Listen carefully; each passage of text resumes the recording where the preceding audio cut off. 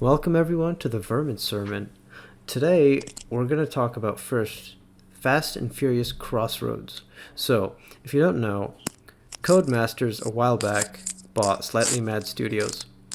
And Slightly Mad Studios, you might know them for Project Cars and Project Cars 2, and also the Shift games. Despite them making simulators, they said a while back that they were going to make an arcade racer that was going to basically take over the market. Like, they were really confident in it. And then here we are in 2020, Fast and Furious Crossroads, and it looks abysmal. Absolutely abysmal.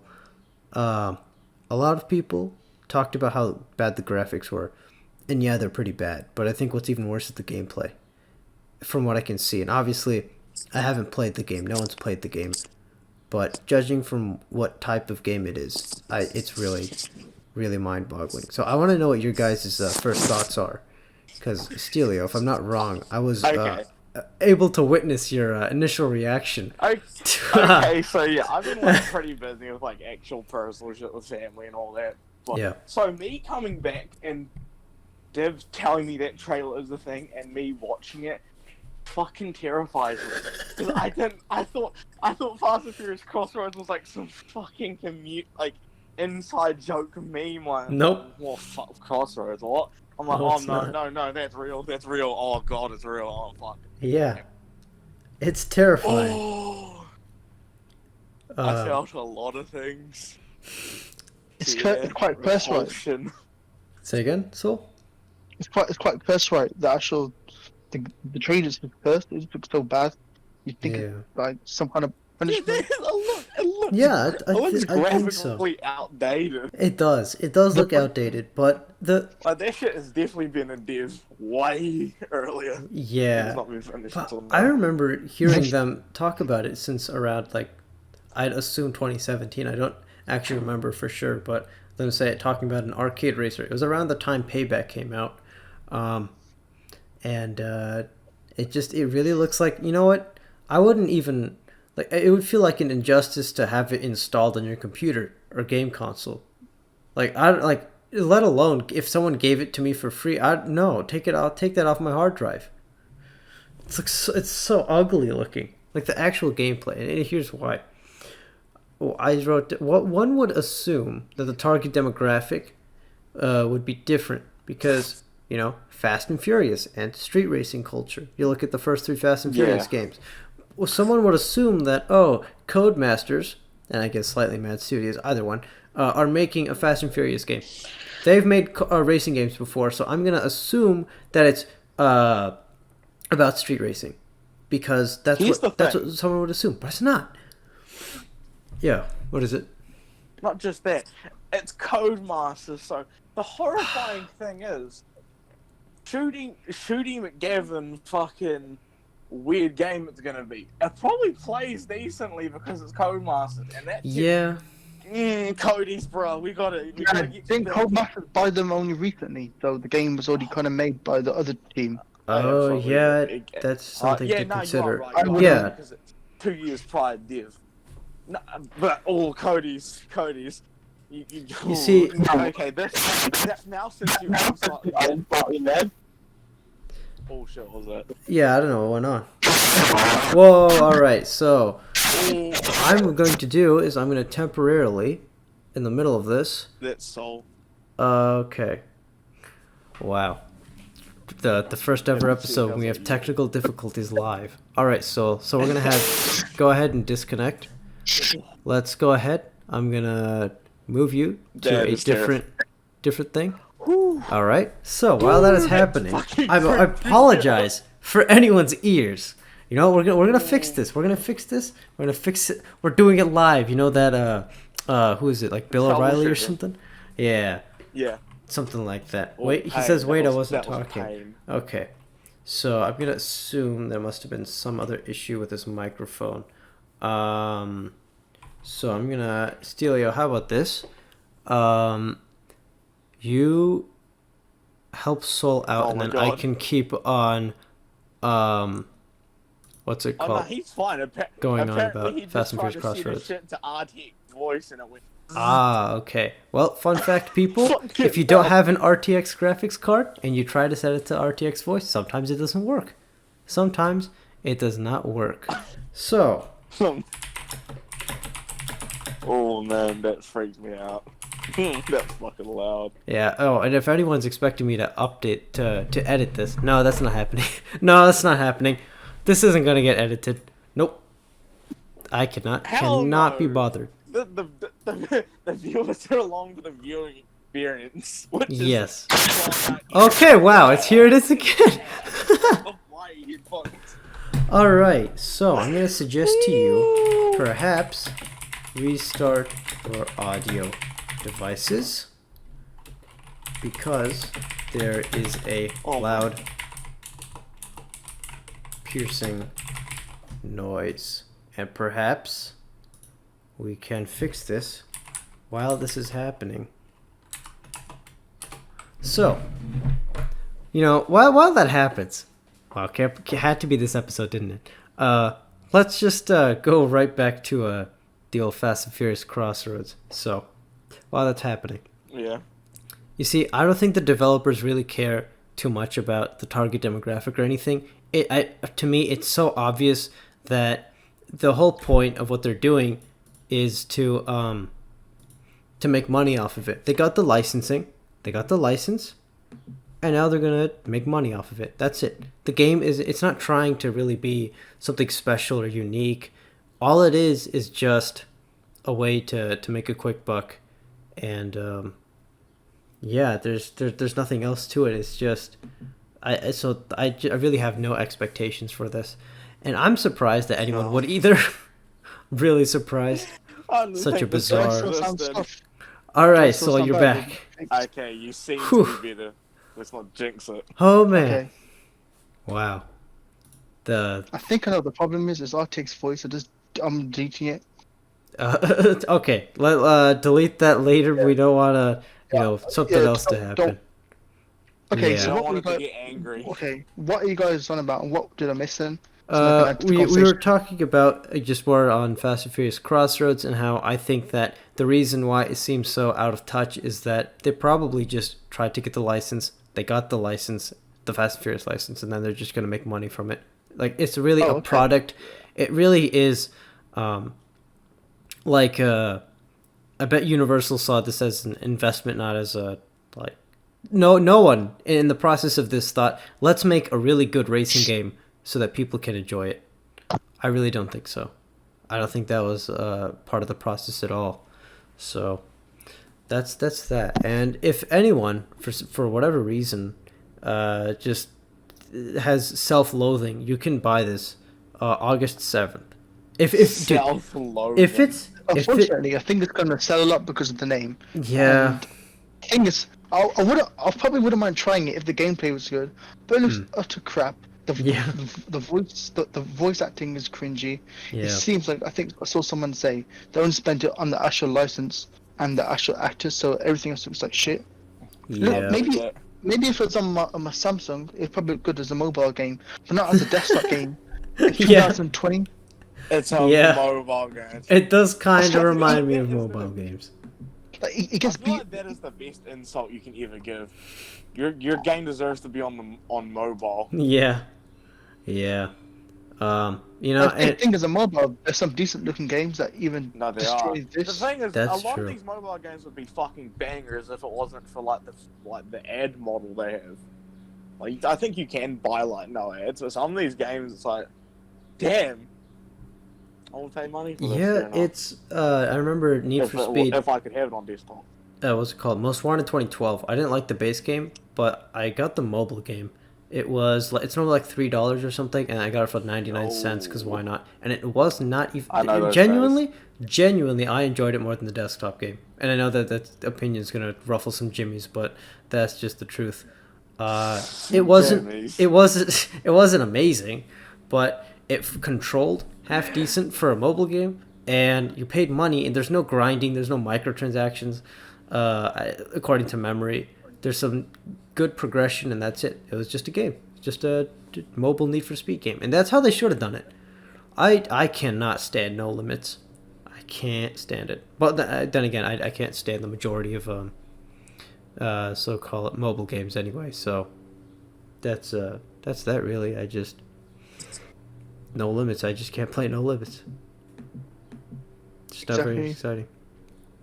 I So think the thing is, like, you know, the website now, the actual screenshots don't look that bad. They look Yeah. like something ish like that Need for Speed would put out. mhm. The actual engine, I in-engine wonder- gameplay looks garbage. Like, It does. No, It that's the does. thing. I wonder if like they just put it on desktop, if you could run it at higher speed. If you could just get it to look around that. Yeah, maybe.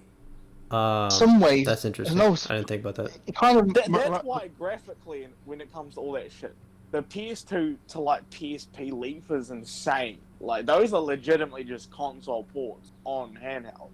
Yeah, or some of them are fairly close. I'll tell you, the Vita. The Yeah, Vita oh, God. got some most Well, wanted the Vita 2012 on the literally just Vita. got releases. Most wanted 2012 on Bro, the Vita was Borderlands exactly a. Borderlands 2 is exactly the same. Yeah, that too. My boy, he still has a Vita.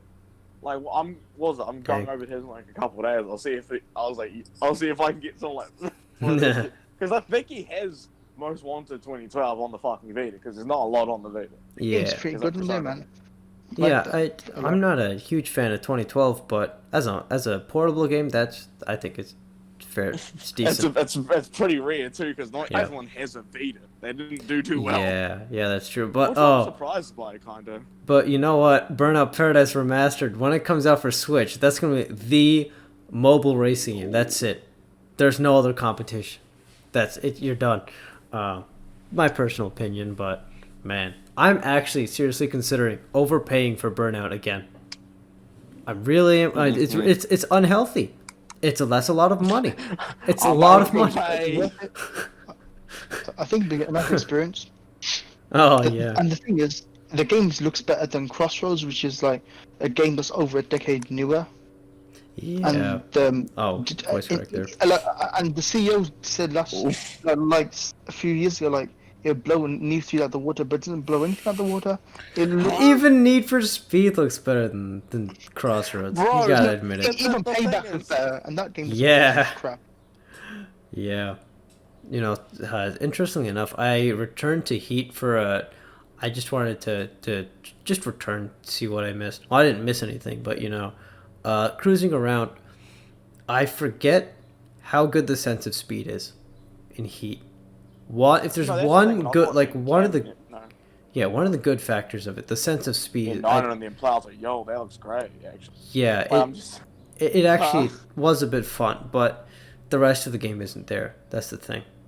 The rest of the the game core just isn't game. there. There's nothing to like hold. There's nothing to hold it up really, which is sad because it's like, damn, you left this and this and this on the table. Yeah, that's it's unfortunate, but that's that. Back to when we were talking about different, you know, the issue of mobile games being the payment platform and how that works.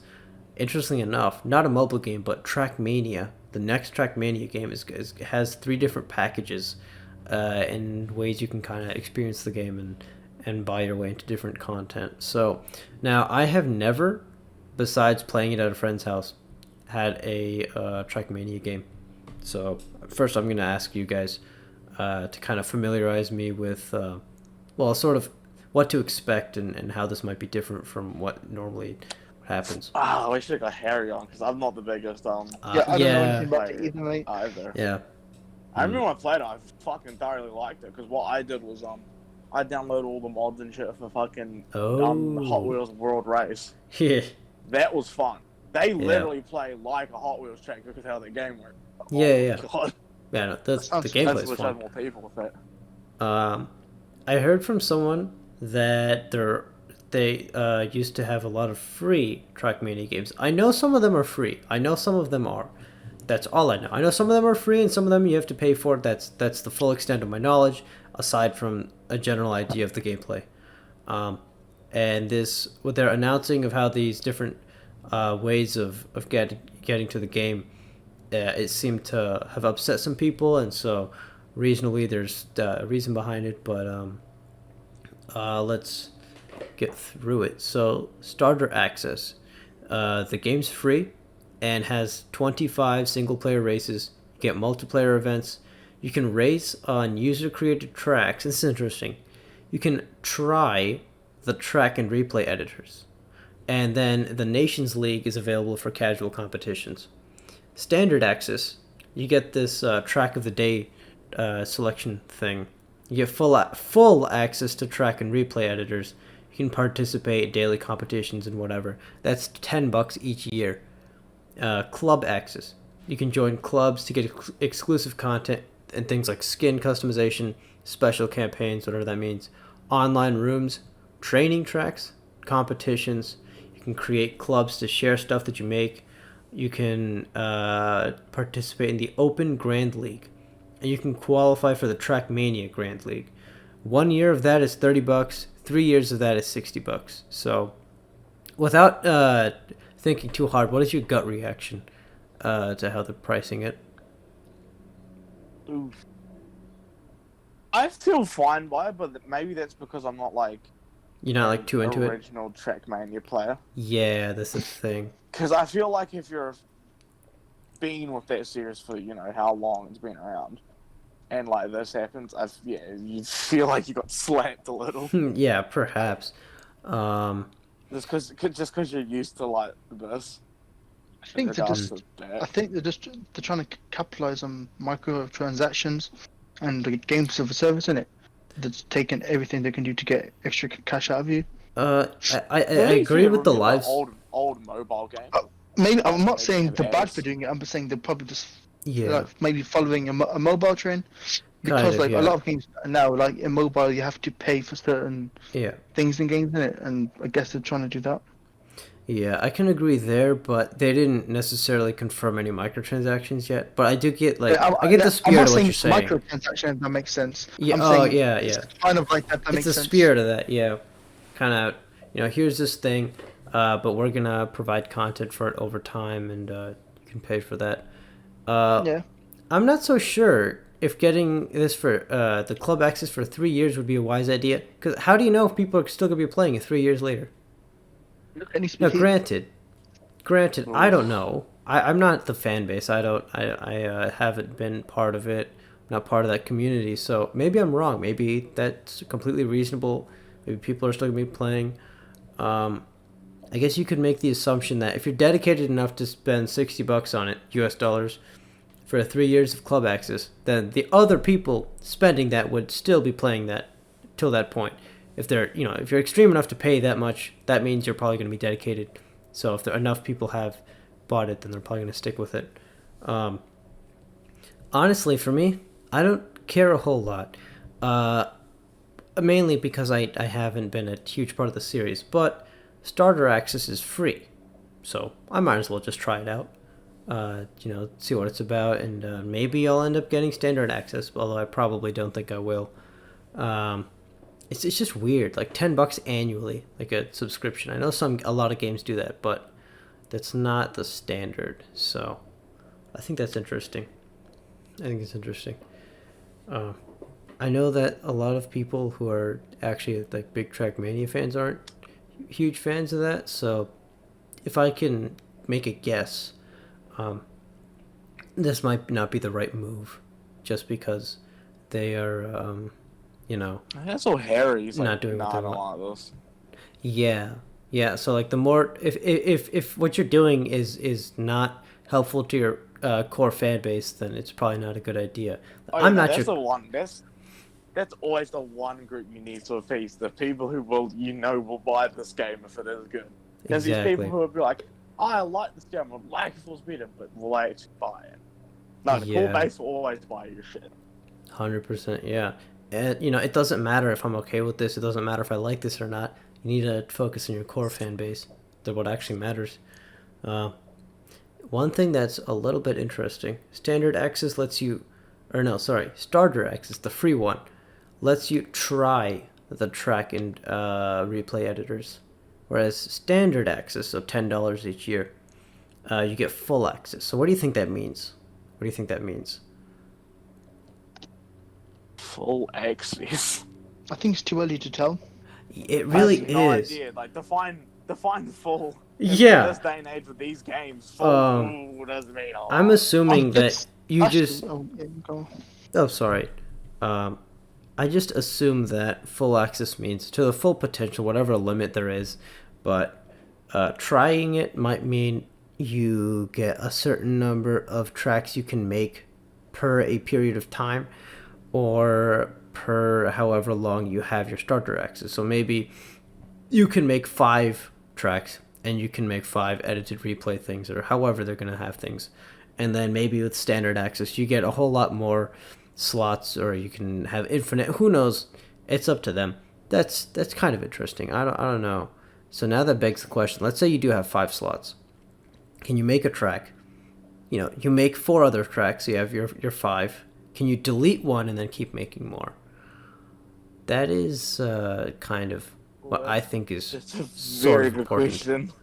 Because it's gonna be like a make or break. For someone like me, then I'm good. I'm just gonna get starter access. I'm probably not gonna consider, because honestly, for me, that's the only thing I would really consider paying this for. I'm new to the series, if anything, so I'm not gonna get into the competitive stuff for club access, of course. So that's weird, and you're right when you're saying that it's too early to tell. So then that begs the question: why did they use this kind of sort of vague language when describing how the game works? Like, why did they say you can try the track and replay editors and then you get full access? I feel like they should have detailed that out a bit more. It's a bit odd, really. Yeah, I can definitely see myself getting it for free. The what is it called, starter access, because why not? Doesn't hurt. Definitely, Oh, go ahead. Oh, I'm thinking possibly, what happens if they're doing it just to gate off content so people are forced to buy the whole thing and pay more? Yeah, It's a bit of a conspiracy kind of thing, but I'm sure some games have done similar things before. I mean, if we're gonna look at the past and how, I guess maybe not them specifically, but how other games have handled things, yeah, that's a fair point to make. But you see, because I don't know anything about Trackmania, I don't know their track record, I don't know what the devs are going to do, I don't know if it's up to the publishers. I really have no idea. I know people are not too happy about it. So I'll tell you what, although absolutely no one from Ubisoft is listening to this, to pretend that one were, don't listen to us. If we're saying that you're doing a good job, listen to your core fan base. If the core fan base isn't happy about Trackmania doing this, that's probably a red flag. Because again, I have an uninformed opinion. I don't really know anything about Trackmania, so starter access seems like a great deal to me. It's free, why not? Whatever. But yeah, that's all I can say about that, really. The payment is a little bit odd. According to what other people have said. And also, I haven't heard a whole lot about Trackmania until now, like that there was gonna be a new one. And Stelio, I know a while back, I think you wanted to mention how marketing in racing games is a little bit dampened than what it used to be. I think the greatest examples I've said this to you, so I don't think I've said it on the forums. When my friend asked me, "Yo, like Need for Speed, sick. Like, yo, when's it coming out?" I'm like, it's been for a month. He's like, He saw nothing about it, because he even saw 2015 like ads on YouTube and shit. Like, we would get, it's like, "Yo, we out here. People see these adverts. Buy our shit. Have a nostalgia hit of Underground and get the shits, please, and stick with it, even though the handling is horrific." 2015 days. But yeah, like that, it like shocked him, because he's the guy who like checks like gaming news, like if there's a game that just like skates under like the group's radar, it's like, yo, we should probably play this. He missed Need for Speed. And yeah, and he played 2015 as well. He's like, I saw nothing about it. I'm like, don't worry, they didn't show anything about it. They weren't. Yeah. And I feel like, but then again, you harken back, and you were the one who actually put this in. It was in Cam server. oh yeah, The fucking Midnight Club. 2. Their websites. You Like, could.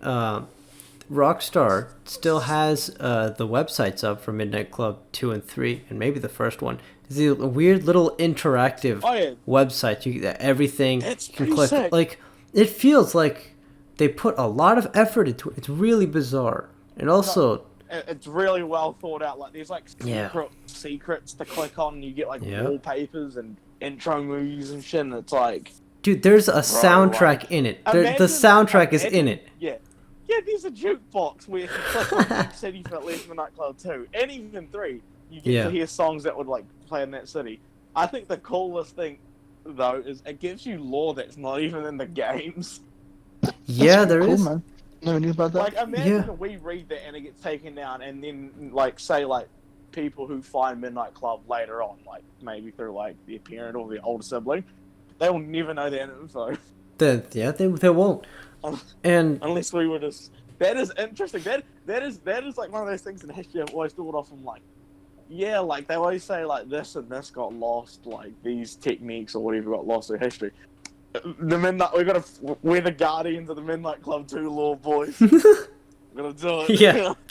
Gotta back that up on Wayback Machine or something. What's it called? Archive it.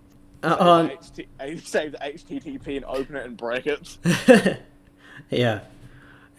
I remember on the Midnight Club 3 one, you could actually, like, select a car and view basic customization parts. You could customize it in your browser, in your web browser, and in your browser in 2003. it's ridiculous. When it comes to things like that, it's not even like, they were ahead of the curve. Like, there was no, they were levitating above the curve. We're not even at that level now. We're not. Yeah, it's we ridiculous. Never got there. We de-evolved and stayed a monkey. Yeah. How'd that work? We're on the top of the world back in the day. Yeah. And now we're like a backup genre. Not to mention, I think, if I'm not wrong, in either Midnight Club 2 or 3, those interactive websites, you could select a location, and then it would try... It never got to load, but it said that it was a real-life street race that they captured in LA, or in so I guess it was two. It was two. Does the video not load, or it doesn't load? Just like it comes up. Maybe you could just try digging out the source code. Yeah, or something like that. I'll see if I try and dig it out, because I always dig out shit out of it. Is it on YouTube? I've never heard of that. That sounds really cool. It's not on YouTube. It's actually built into the website. So I'm gonna head back to it briefly on the side. But while I'm on it, I feel like those sites do need to be archived. The fact that we have all this unique, rare shit that most people don't even know exists. Yeah, they don't. And my thing with marketing, what I'm trying to say is, like, and I wasn't even present for E. Like, that one was bad, but like, they were really, really active. Like, remember the first Midnight Club game? They fucking shut down Times Square. They did. That is not normal. It's really not. It's really not. I don't think you'd ever see that now. Maybe unless you got Billions, and maybe something like GTA, but I don't see anything other game doing something like that. Yeah, no. I thought it was weird because it wasn't even Rockstar. It was Angel fucking Studio. Like, yeah, Rockstar at that moment. Well, was like, yo, you still shut shit down. Or maybe that was the, like, welcome to Rockstar. Here's a thing. Yeah, now I'm gonna look up very briefly. I remember the game Spy Hunter 2 was released, and it was by Angel Studios. Funnily enough, the two hardest race car-related games I've ever played my whole life: Midnight Club 2 and Spy Hunter 2, both made by Angel Studios, aka Rockstar, San Diego. Are they like the Ninja Kiwi of fucking racing games? Yeah, just make hard shit. Yeah, there was no Rockstar logo, and it came out 2003, which was quite a bit after Midnight Club 1. So I think it's some weird, maybe Angel Studios part of them split off or something. I don't know, some weird complications, but yeah, I think they were still. They might have still been Angel Studios, or they might have not been. It's a bit mystifying. It really is. There was something I was saying previously, and I can't quite so much as remember. Oh yeah, I think if I'm not wrong, it said something other. I think there was an asterisk by those videos saying something like, the license plates are blurred because they, it was actual, literal, illegal street racing. I thought that was ridiculous, but I'm gonna hate myself if I'm wrong. Really hope that's not the case here. So I'm just gonna go check if there's some way I can see that I can go ahead. I'm on their website right now. It's still a bit mind-boggling how ridiculous this is. Yeah, Los Angeles street racing minifilm video is no longer available, is what the website is saying. God, it might not even be. I might not even be in source code if it's giving you that error. Oh, yeah. Maybe. Fuck, because I have to grab that if I can. Yeah. Maybe I'm not remembering something correctly. I'm going to check the Midnight Club 3 website, because it's also possible it was on there where they said that. But I thought it was Los Angeles. I really don't remember. In any case, it is still really crazy how much effort they put into this, and then Heat goes along and no one even knows. No one even knows. Well, you had to really be into Need for Speed to even you notice. had to be following it to find out, and that's not a good thing. Yeah. It's and I talked to you when we had that little convo a little while back, which was yesterday, I'm pretty sure. Yeah. Yesterday. When I said about Tekken where in Tag 2, even the worst bottom tier of the rankings were really fucking good, and it's because they weren't getting any new players. I feel like with Need for Speed, I don't feel like we're getting anyone new. Yeah, because I remember, you remember in 2015 when it blew up, all these dudes started popping up out of nowhere, for better or for worse, some of the drama, obviously. Yeah, but you just had new people. It was like, yo, new face. I was a fucking new face. Because I've been Need for Speed, as far as chances, I was like 3. It was like the first game I ever played. All that shit. Yeah. But I didn't start talking till 2015. I wasn't active. That's around just before 2014. About January 2015 is when I joined Cam's fucking forum site. Yeah. And then 2015 blew up and I was real active. Yeah, I was like, fuck it, boys. Let's enjoy this. I was still in the shadows at that time. You back on top. I was still lurking behind the shadows. I've been around for a bit longer than I have internet presence, but that's everyone pretty much. Yeah, pretty much. Yeah, everyone's. I've always thought maybe some of them are fucking late bloomers. Maybe they came in a while back, and because the series been a bit AIDSy, community's been a bit fucking annoying-ish. They stay in the shadows. Yeah. Because fuck, I'm not gonna lie, seeing everyone hate Rivals and I wasn't the biggest fan, it just felt annoying because I just ragging on the same points. So I'm right now. Yeah. I want to make a point which I kind of just realised now. When you were saying it needs to be Heat was shit at advertising. Yeah. And kind of looking back, it's kind of good they did that, because imagine if loads more people bought it and realised it was shit, it would just tank the brand even more. Or what if they showed footage at E3, showed it again at Gamescom. People got excited for the game. A lot more people bought into it after maybe playing the demos, etc., whatever. Then EA was like, "Oh, people actually really care about this one, and then let's try to keep supporting it." I'm not saying that would have happened, but EA and the closure. I don't know. I know it's a conspiracy theory, in my opinion, but I think Ghost was going to be a bit close beforehand anyway. Yeah. Yeah, I don't know. I agree with it, because it's the whole thing of, I bet you EA's looking at Ghost and it's like, we've had 5 years. Isn't That it? too. Isn't it 7 years? Because from Rivals, I mean. Oh yeah, well, with Criterion. Yeah, I guess. I forgot about that. Oh, that makes it look even worse, though. That's the point. Oh yeah, man. Yeah, because it's like, oh, that's honestly, I think you can kind of tell that the game was rushed. Maybe it was rushed because bro, I don't give a shit. We might as well just move on in it. Fuck the people are gonna buy it. The idiots anyway. Nice. Yo. That's my take on it. Anyway, in my opinion. Yeah, Yeah, probably. whatever. Yeah, probably. Yeah. Why not? Why You're not? probably not wrong. All right, I so see how that could be true. I'm just gonna go ahead and retract my statement about the mini films in the street saying that like the license plates were. I don't know where I got that from. I'm looking at things now, but yeah, to clarify, that may not be true. I can't seem to find it, so take what I said for granted. And also, Soul, going back to your point, I mean, like, really think about it. Would it really, honestly, I don't. If a lot more people bought into it, and because if there was better advertisements, that would. Yeah. I might just be sadistic, but that would be hilarious. More people would have spent $60 knowing well that 2015 had terrible aspects of it, Payback had terrible aspects of it, Rivals had terrible aspects of it, made by the same developer. I think that'd be hilarious. I think that'd be absolutely hilarious that like more people.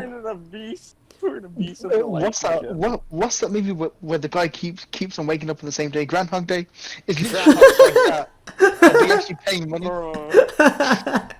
We pay money to wake up again. That was all a bad dream. Yeah, and it never ends. The way it ends is you stop buying it. Oh, man. Off-road. Actually, though, Stelio, you got through it because you didn't get Payback till way later, and you got No, I Heat. didn't. I played. You got Heat like played way later Payback. for $20 New Zealand dollars. So Hey, yeah, if It's you still paid want for to it, fuck with me, and some money still went to it. you know what, Soul? I pirated Payback. Because we all spent a lot of money. So, we all spent some form of money to it. This is gonna hurt me more than it's gonna hurt you. But didn't you spend money on Origin Access Premiere to get Heat early? That's Oh. I know. That's what I'm saying.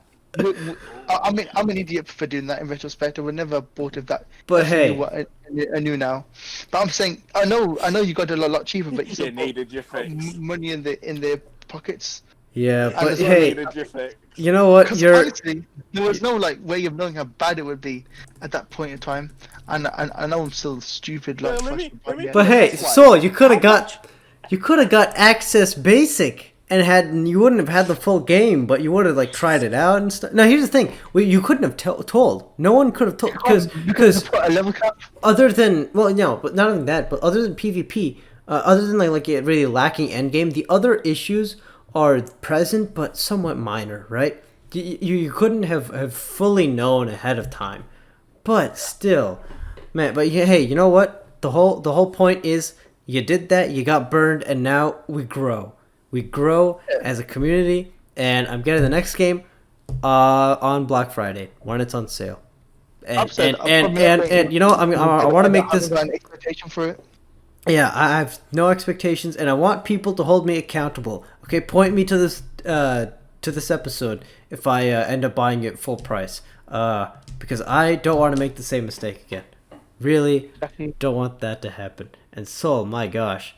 My goodness, let me look up the price of Origin Access Premiere. You're not getting away with this one. It was like a 10.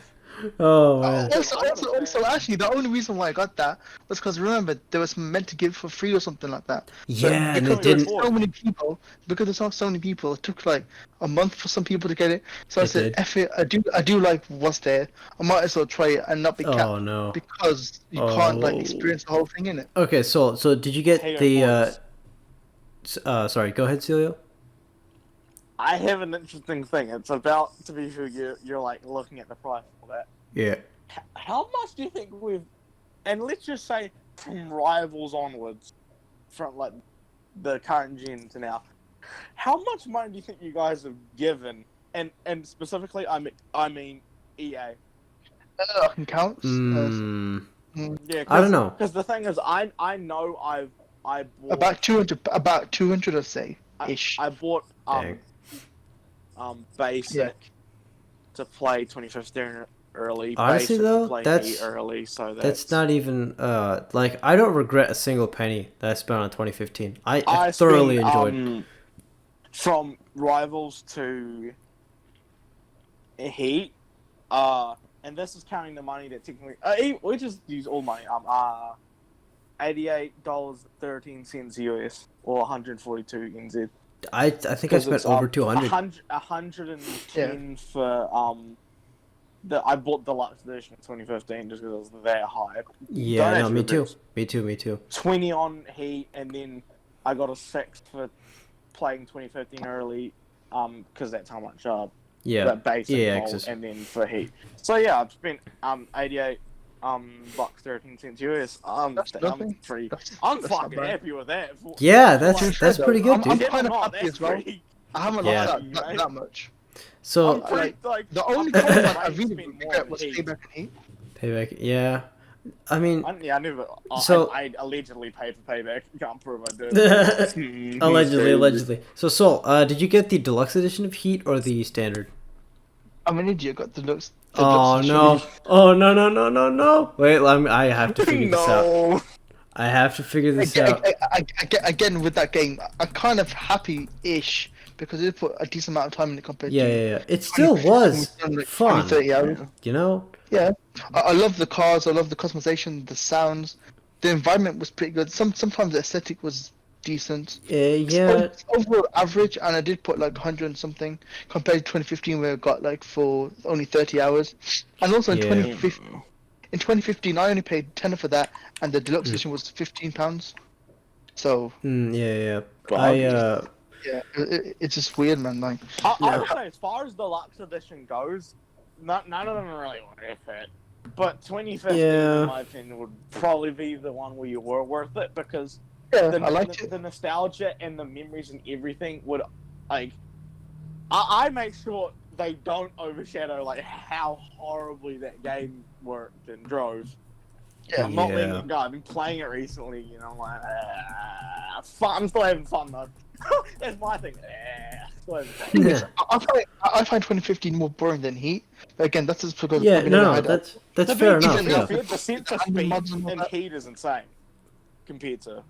Yeah, it feels like a more. But when you put visuals side by side, it's like, holy fuck. Okay, fair enough. You took a graphical hit if it plays like this. Damn. Yeah. 2015, because I play it on like about medium to high, right? Just so I can have all this other shit running.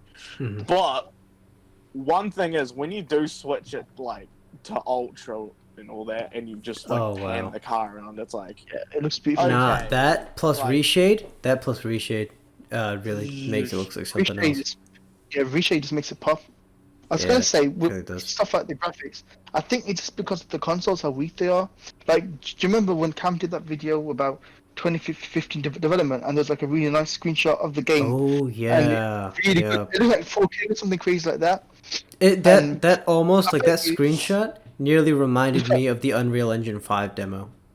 Kind of, almost. Yeah, that's what I'm trying to say. Maybe it's not really EA's fault on that, because the consoles right now are generally piece of crap. Yeah, you can only do so much with the hardware on it, and then that determines how development goes on for PC. And there's no way that alpha development shop, another one I'm talking about. There's no way that was console. That shit looked. Or the console rendered a single image. Unless. Yeah. Oh my god. Yeah. Single image. Oh man. Oh no. It's like the 3D programs where you highlight a box and they only render that box. Oh, man. Something like that. Oh wow. Yeah, I think it's because he has a kind of day and night cycle ish. Maybe they couldn't get the graphics to be as good because it's got all those other things going in the background, especially with those new effects like the smoke and lighting and stuff, which does look pretty good. But I guess next gen we'll probably see an improvement, hopefully. Yeah. And it also surprised me, not only with like Heat, but the Crew 2 in certain aspects looks a little bit worse than the first game. Some aspects, not all of them. But I agree. it's just weird how things seem to decline a little bit. Very bizarre. But it I don't know. Maybe it means that the more complex stuff that they add into the game, the more they have to dial down certain parts of graphics too, because you have limited power.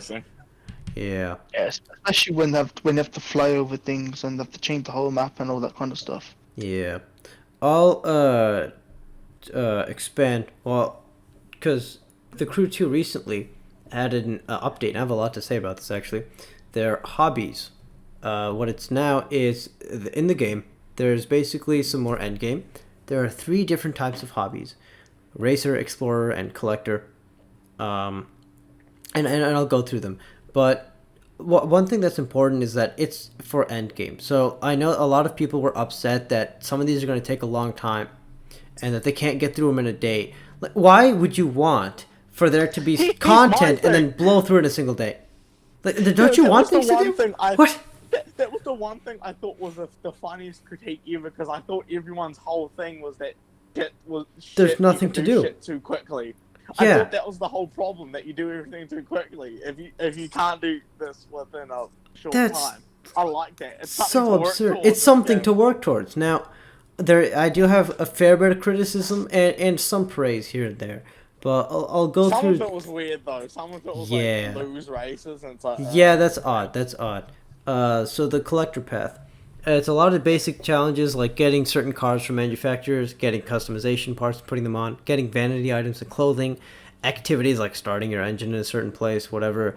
I heard that you need the Mitsubishi Eclipse Star Edition, but I didn't see it when I was scrolling through it, and I checked a few times. So I'm assuming, because a lot of these challenges have multiple parts. So one of them is like, obtain yada yada whatever. There's 4 different little icons indicating there's basically 4 tiers of it. So after I complete the first tier of the thing, I get a star or whatever the thing is.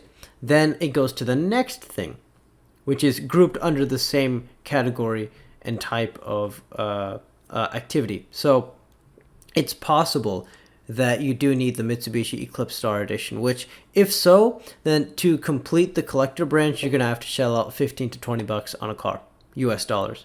Euros. Yeah, 15 to 20 USD on so again, I actually did not see and it. that game is 15 US fucking It is. Like, if you get on it's absurd if you don't get deluxe. Sometimes for deluxe it is 15. That's embarrassing. It just shows how lazy they are, man. Like, they're not even hobbies. They seem really boring and just like. Yeah, a lot of them do. I'll give you that. It sounds like kind of. Wasn't one of them called OCD or some shit? Yeah. Oh yeah. Yep. It was some absurd thing, and that was. It's stupid. Yeah, just this little dumb little challenges. I do agree for some of them, but let's. OCD. The fuck is that challenge? Get herpes challenge.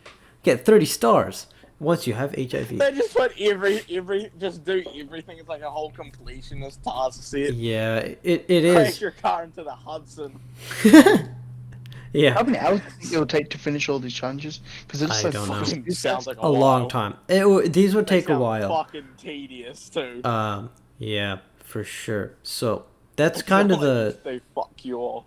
the collector tab. Hopefully, you don't need the Eclipse Star Edition. I mean, I didn't even see it like, because normally it shows a manufacturer. It's like, collect this many cars from this manufacturer. I didn't see Mitsubishi. Did you?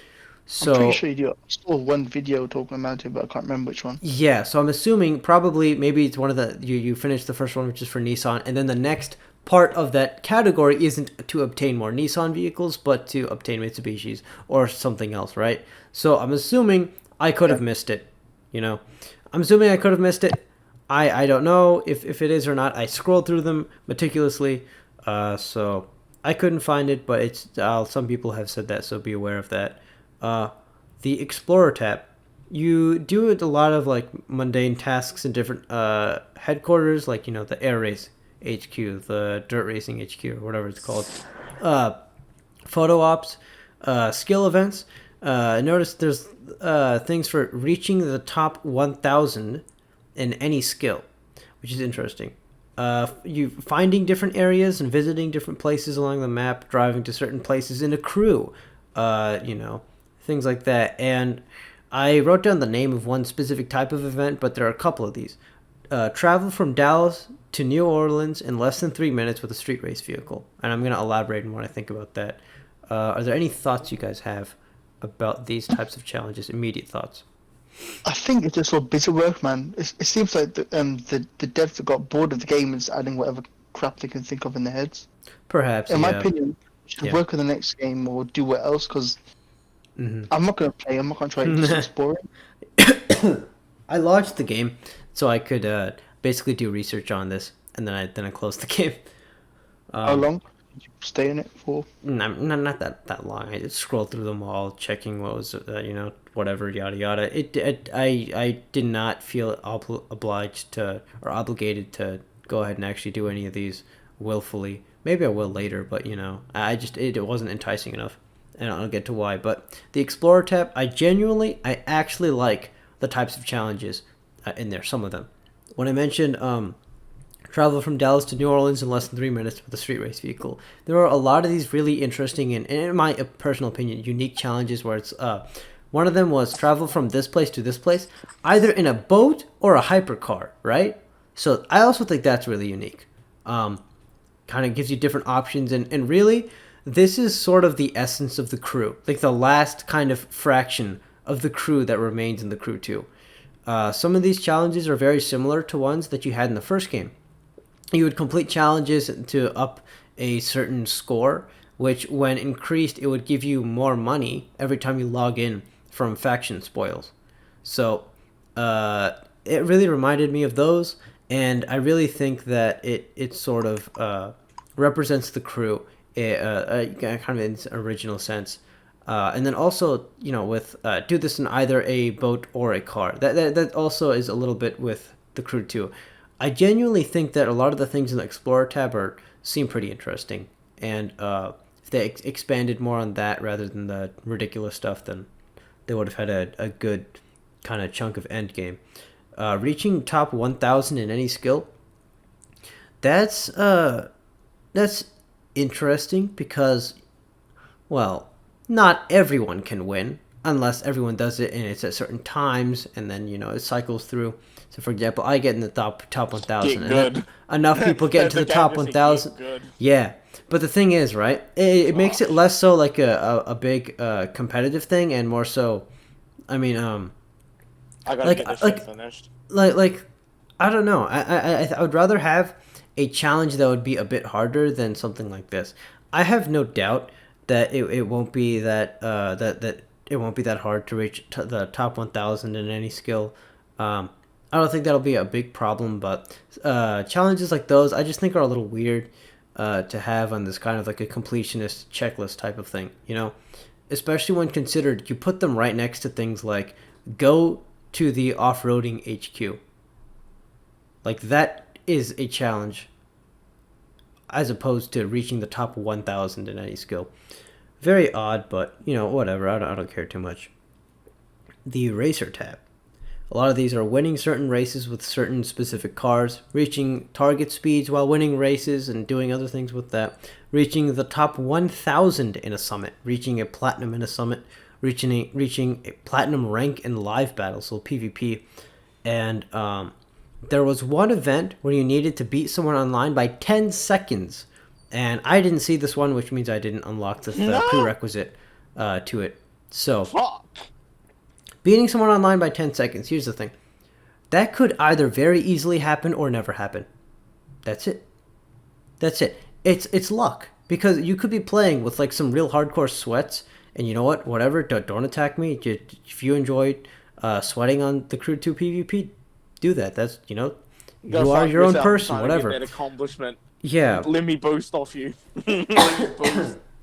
Oh god, no, dude. There's gonna be people like, we're gonna boost this achievement for people. Yeah, and not even that. You're right. You could be lucky, and you're against someone who barely has ever played played PvP. That's happened before in the first game, where I was in a PvP lobby. It was me and one other person, and the other person wasn't very experienced. So it was, like I was consistent. Yeah, I didn't want to say, but it's but that's, you see, with the nature of online play, that seems a bit more dictated by random chance than it is by skill. Does that make sense? Because Yeah. the thing A little is, bit. if you beat someone by 10 seconds, that's not really skill as it is like they need to be shit as well. You need to drive out in front, and they need to play like shit. Like, Yes. things need to align for that to work.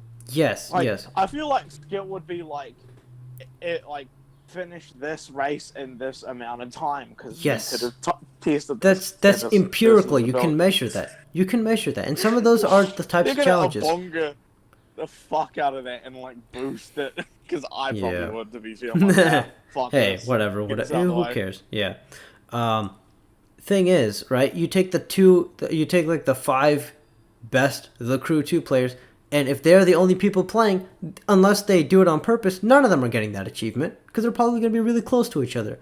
So it does have to be with a lot of things aligning. They haven't brought this out, man. Actually, Just rushed. What was good about that is you said the exact thing I was trying to get at. Like, the thing is, no one is gonna beat, on equal footing, no one is gonna beat the other people by 10 seconds. It's never gonna happen. That means that you literally need a new, fresh PvP loser. Yes. Yes, you do. To do that. You need to be lucky, or you need to be lucky. I was trying to think of something else. You really, or it's like the times I get on I play like online Tekken, and I can just tell off rip this is the dude's first fucking game. Yeah.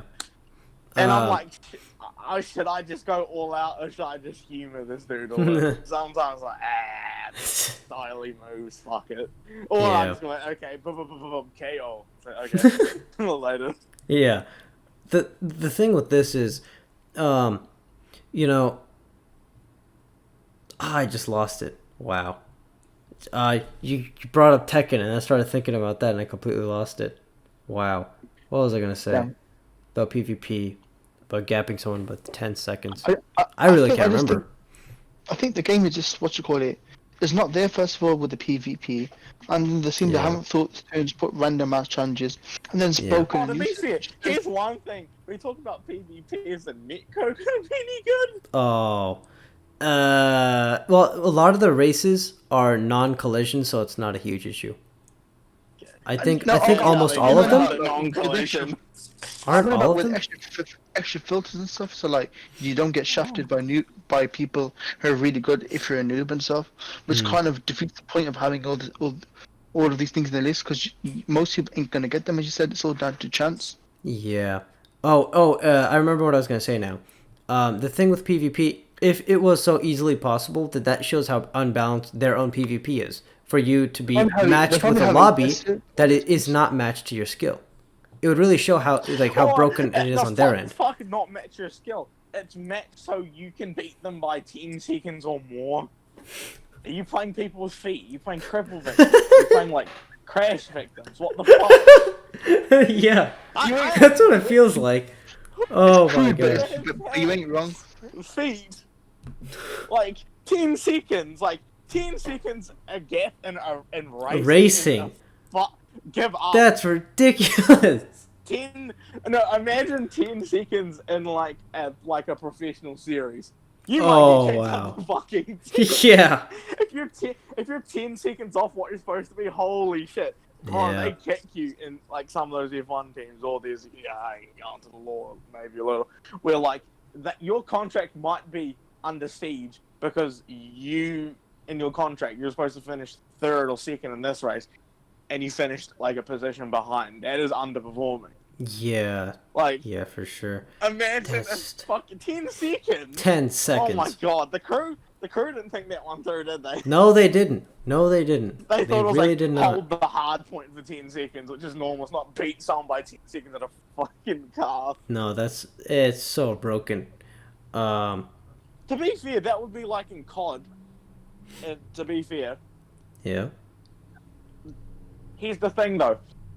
this would be doable, but you might need a little luck, and you get in a lobby of fucking losers. You need to finish the game with KD of 10. KD of 10. Yeah. That, another way I can think. But you do need a shit lobby to do that. No, I will say though. Sure. I remember back when I used to play COD and all that, and I used to do designing for some of the teams and all that, blah blah blah.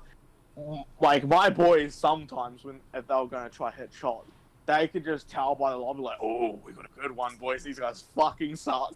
We got all the opportunity in the world. We'll speed run our way to fucking 29 on FFA. Other people have like 13 because we probably just started the game. And it's like, hey, we got like 30 minutes to shoot, boys. Let's go." Yeah. You know, well, one way I could imagine this being really easy if you make a new account and then you're raised PvP and you're against all the other like new players and but other than that, that's 10 seconds is just unreasonable. It's just unreasonable. And honestly, you're smurfing. You're smurfing, yeah, that's the term. You're smurfing on the crew too. Shit. That is a terrifying sentence. I don't think I would ever say that. Smurfing on the crew too is fucking hilarious. Hey, people actually do that. Yeah, people do that. Well, no, that is I do that. No, that's the thing in competitive game. Oh wow. What will happen is you'll hit like in your current ability, you'll hit like your glass ceiling, and you can break through that glass, but it's a lot of practice, research, blah blah blah, or like say with League and all that, or taking learning. Holy shit! The difference between winning and losing, what they never say in Tekken, it's a fucking matchup knowledge. If you don't know what that other player's character does, you are fucked. They can just obunga party the shit out of you, and you have no counter to it. So like in say with League, you need to learn that. But sometimes you just want like a fun match, or a second reason, you're way better than your friends at a game, so you get a Smurf account so you can play in like their elo, like their rating.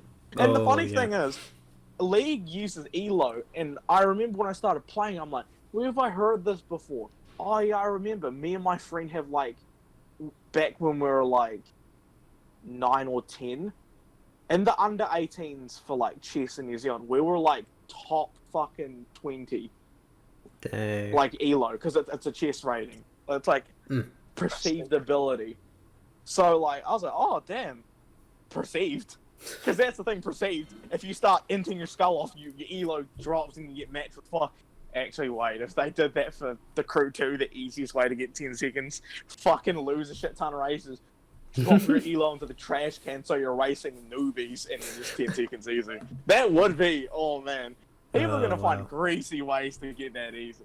Yeah. Whether it be fucking boosting, trashing their rank so they fucking race against newcomers. Yeah. Oh. That's they definitely didn't think that. Because I was doing some speedless, right? I was doing some speedless, and I remember racing against these people. I'm like, oh, that's a 15-second gap. Okay. Okay. Yeah, to be fair, it's probably people who've played a long time, but it's just like, the thing is that the main way to get better at 2015, just don't think you have a car. Think it's something else, anything else, like it works. That really is the strategy. Like the NSX I have, like, it drives like a fucking snowmobile. Super twitchy, super slidey, but like, if you can just get it at the start of the slide where you're an infinite brake boost, it's like, oh, you're flying now. You're flying. Yeah. I guess some finishing thoughts about the Crew 2's hobbies. It's still absurd that people are expecting these to take one day to finish. That it seems so counterproductive to what you'd want. Why would you want content to not want content? I don't understand. I don't understand. I feel like that's not even sweaty. Sweaty would be the people who don't complain, complete it all in a day, and be like, "Oh, that was fun." Yeah. Sweat bags. The people who don't sweat are the ones complaining. Wait, don't you think there's like a subgenre of sweaties though? Because I'm sure there's the subgenre of sweaties. I'm sure there is. Yes. That sounds. I feel like because of little like sound bites of like phrases we say, I feel like we should start naming the episodes. Like this one can be fucking subgenres. Subgenres of sweaties. That's what. Subgenres of Sweaties. And to be fair, there is subgenres. There are. There's the sweaty dude who plays for fun but secretly wants to get better, but he's just not, so he uses that as a crutch. Yeah. And There's. you have the guys who are like these sweating guys, and you'll know. You have the guys that'll use the overpowered stuff, and then you'll have the guys that explicitly don't use the overpowered stuff because then they don't want to it's not worth it. And then there's two groups of that. There's the guys who like, yeah, you have loyalty, but you're getting binned, or you have the dudes who just outperform what they have, which is like I think and the thing is that's the best shit ever for a game. Especially in an esports scene. Fucking at the second Tekken World Tour, the second Tekken Championships, the guy who fucking won it was this new kid called Rangchu, right? He won with fucking Panda. That's like a C tier. That is piss tier. He went up against Kudan's like a Tekken god. So infamous legend, 2 decades experience on Devil Jin, who in season 2 was the best character, and he fucking beat him with Panda. So to kind of translate, so it's like saying someone with an R35 in 2015 beat an RSR. Both are really good. Pretty much. Devil Jin was the RSR in season 2, and he beat him with fucking Panda. Oh gosh. Panda is a troll character, and he won with it. Like, the That's ridiculous. Was there to congratulate him, and he literally just goes, Panda. Really? He's like so confused. He's like, what? Panda is awful. Isn't that a live breath moment or something? It really is. Literally like live. There was a bra moment. There was like 300,000 people at that arena who just it was a collective bra moment. Like there was a bit when he won. There was shouting and cheering, and then a bit of silence, and then shouting and cheering. Now I was confused. I was like, wait, Panda just fucking beat Devil. that literally would be like you're in the 1v1 grand finals of say like Need Speed 2015. Imagine the handling. Maybe not. And you come in with an S2K, and you're going up against the defending champion with a fucking RSR, and you win. Oh. That's what that is. Yeah. It's fucking great. Granted, the S2K is good, but what you're saying. That win, like, apparently they said that like the following week they had like double the average players because so many people saw that and picked up the game. Sheesh. I feel like with esports, same with like, because they've hype fucking moment. Oh god, I feel like Need for Speed it would be great. It would be. And you'd have some insane upsets. Like imagine, like you're about to win like one of your pool matches. If you don't win this, you get relegated. If you do, you go up the next bracket. And you hit a traffic car rounding the corner. Oh no! The lines right there, and you just see someone like sitting like face in their hands on the stage, and it's like it's fucking unlucky, but god, that cements us a little bit. Like those moments there cement us. Yeah. God, we need it. I need it. I'm so down for esports. Let's go. That'll be hilarious. Yeah. If I can circle right back to the crew too, just for a last few things. I really think that these events where you try to get from point A to point B across the map, where you're visiting different locations, I think they're really unique, and I think they could have done something special with them. One of the big problems I see with the hobbies is that the rewards are nearly useless. There is the final grand reward for each branch. There's, I think, like for example, there's an RX-7 that you get after beating the racer tab, but there's unless you can gap someone by 10 seconds online, good luck getting it. Good luck. But along the way you get things like emotes and a bunch of other stuff. So here's what I would have done it.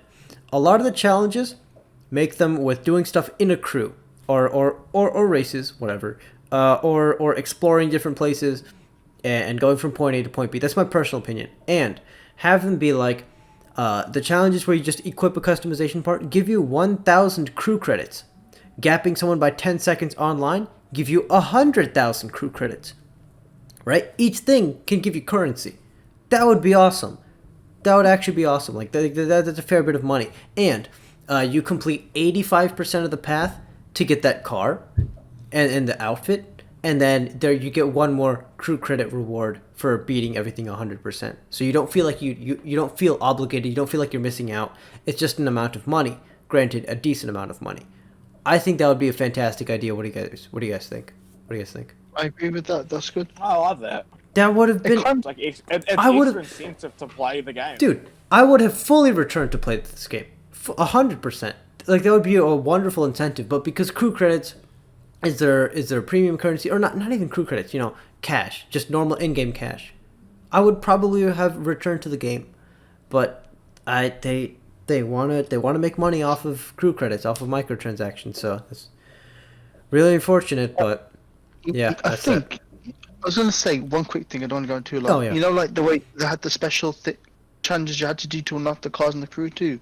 Maybe something like that could have been fun, because you're with your friends, you're in a crew, and you're driving around the map, which is like exactly what they'd probably want to get more people in. Exactly.